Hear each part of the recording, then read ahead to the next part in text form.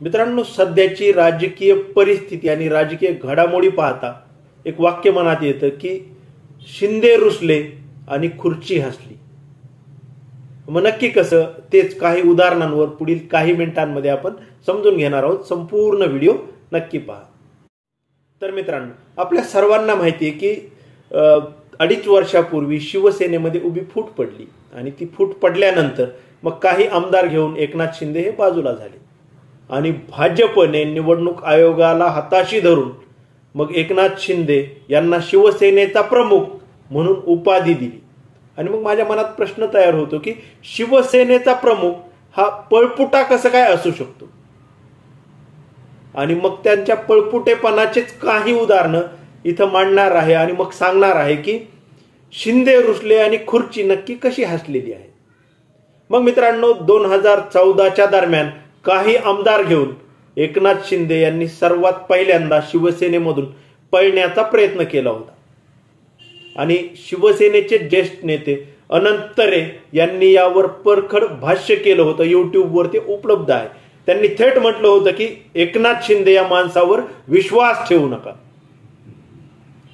मग त्यानंतर काही काळ गेला मित्रांनो, 2017 उजाडलं आणि त्यावेळी एका जाहीर सभेमध्ये याच एकनाथ शिंदेंनी एक राजीनामा लिहिला आणि उद्धव ठाकरे यांच्याकडे सुपूर्द केला आणि जाहीर भाषणात सांगितलं की मी भाजपच्या मांडीला मांडी लावून बसू शकत नाही. सध्या काय करतायत, त्यांच्याच मांडीला मांडी लावून बसलेले. मग मित्रांनो, हे झालं दुसरं उदाहरण. तिसरं उदाहरण घ्या मित्रांनो की जेव्हा 2022ला ते पळाले तेव्हा त्यांनी काय केलं की चांगलं सरकार चाललं होतं महाविकास आघाडीचं, परंतु मग राज्यसभेची निवडणुकीचं निमित्त पाहिलं, आमदार एकत्र झाल्याचं पाहिलं आणि तिथे त्यांचा डाव फसला होता. तो फसलेला डाव पाहून मग त्यांनी सर्व आमदार घेतले आणि मग पळपुटेपणा कुठं केला तर मुंबईवरून सुरत, गुवाहाटी, गोवा. आणि मग पळून गेले तर गेले. मग फक्त पळून गेले का तर पक्ष घेऊन गेले, चिन्ह घेऊन गेले आणि मग स्वतःकडे प्रमुख पद घेतलं. आणि मग त्यावेळी कारण असे दिले की राष्ट्रवादी काँग्रेस आणि काँग्रेस यांच्यासोबत आम्ही मांडीला मांडी लावून बसू शकत नाही किंवा अजित पवार आम्हाला निधी देत नव्हते. महत्वाचं कारण होतं, अजित पवार आम्हाला निधी देत नव्हते. मग साधारण 4-6 महिने गेले आणि तेच अजित पवार पुन्हा 42 आमदार घेऊन पुन्हा एकनाथ शिंदेच्या मांडीवरच जाऊन बसले. आणि मग अर्थ मंत्रालय कोणाकडं तर थेट अजित पवारांकडेच. आणि मग आता नंतर निधी द्यायला लागले. म्हणजे महाविकास आघाडीत होते तेव्हा निधी देत नव्हते आणि तिकडे गेले महायुतीत की लगे निधी द्यायला लागले.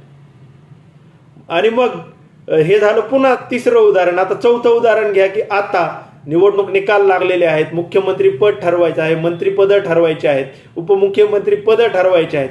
आणि अशा वेळी एकनाथ शिंदे हे दिल्लीवरून मुंबईत आले आणि थेट आपल्या गावी जाऊन बसले. आणि मग अनेक जण असं म्हटले की एकनाथ शिंदे हे रुसलेले आहेत. आणि मग एकनाथ शिंदे रुसले आणि तिकडं मुख्यमंत्री पदाची खुर्ची हसल्यासारखी मला दिसलेली आहे.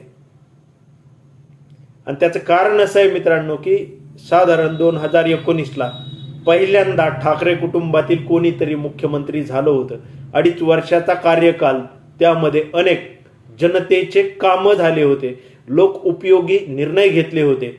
पहिल्यांदा शेतकऱ्यांना कर्जामधून मुक्ती मिळाली होती आणि त्या मुक्तीमधून अनेक शेतकरी कुटुंब हे सुखी समाधानी झाले होते. त्यानंतर कोविडचं खूप मोठं संकट आलं होतं. त्या संकटामध्ये उद्धव ठाकरे यांनी खूप चांगलं काम केलं होतं. देशातील पहिल्या 5 मुख्यमंत्र्यांमध्ये येण्याचा मान पटकावला होता. जागतिक आरोग्य संघटना असेल, न्यायालय असतील किंवा अन्य राज्यांचे मुख्यमंत्री असतील, त्या सर्वांनी उद्धव ठाकरे यांचं कौतुक केलं होतं. आणि त्याच वेळी एकनाथ शिंदे यांनी शिवसेनेमधून गद्दारी केली आणि काही आमदार घेऊन ते पळाले होते. आणि मग त्यावेळी सहजपणे हसत हसत उद्धव ठाकरे यांनी वर्षा बंगला सोडला होता. त्यांनी त्या संख्याबळाच्या चाचणीला सामोरं जाणं देखील पसंत केलं नाही. ते म्हणाले की माझे लोक जर माझ्या सोबत नसतील तर मी संख्याबळाचा सामना नक्की का करू. आणि एक नैतिकतेला धरून अगदी हसत हसत उद्धव ठाकरे यांनी मुख्यमंत्री पदाची खुर्ची सोडली होती. त्यावेळी उद्धव ठाकरे हे हसत होते.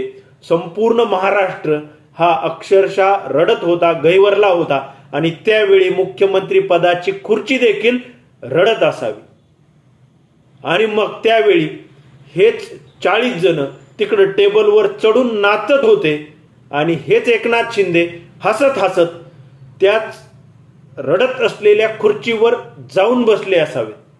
आणि मग तिथं ती खुर्ची रडत होती, नियतीला देखील ते मान्य नव्हतं. आज 2.5 वर्ष गेलेले आहेत. नियती ही कोणालाही सोडत नसती. काळ हा क्रूरपणे बदला घेत असतो आणि ज्या रडणाऱ्या खुर्चीवर, उद्धव साहेबांसाठी रडणाऱ्या खुर्चीवर एकनाथ शिंदे हे हसत हसत आरूढ झाले होते, तर त्याच एकनाथ शिंदेंना रुसण्याची वेळ आलेली आहे आणि आता ते रुसून पळपुटेपणा करून त्यांच्या गावी जाऊन बसलेले आहेत.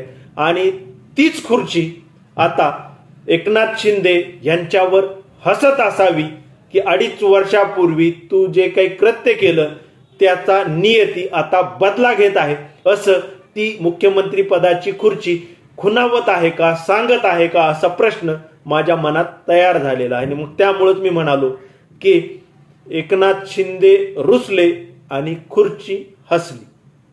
मित्रांनो, माझ्या या मुद्द्यांविषयी, माझ्या या विश्लेषणाविषयी तुम्हाला नक्की काय वाटतं कमेंट करून नक्की सांगा. आजच्या पुरतं एवढं, थांबतो. धन्यवाद.